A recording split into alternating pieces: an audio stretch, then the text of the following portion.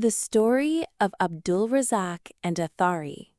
The story begins in Kuwait in the year 1984, specifically in the Al-Jahra governorate, where a young man named Abdulrazzaq lived.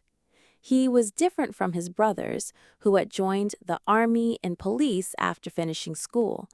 Instead, he completed his university studies and became an Arabic language teacher. One day, while he was on his way to school, he caught a glimpse of a beautiful blonde girl named Athari, who was walking her little brother to school. He was attracted to her from the very first glance and began looking for a way to get to know her. He discovered that she lived in the same neighborhood and started getting closer to her younger brother, who happened to be one of his students. Their method of communication was quite unique.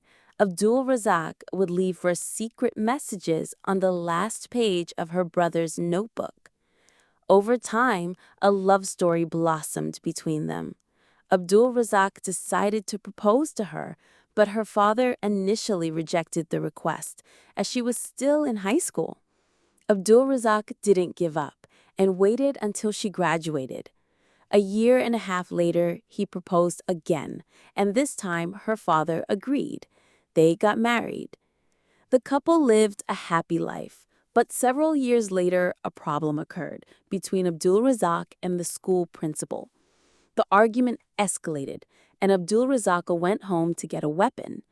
Athari tried to stop him, but a shot was accidentally fired and hit her in the head.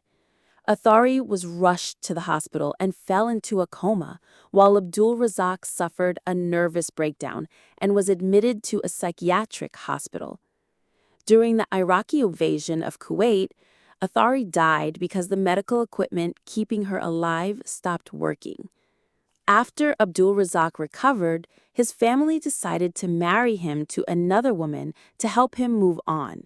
At first, he loved his second wife, but after a month, his mental health began to decline. He became abusive and started hitting and insulting her.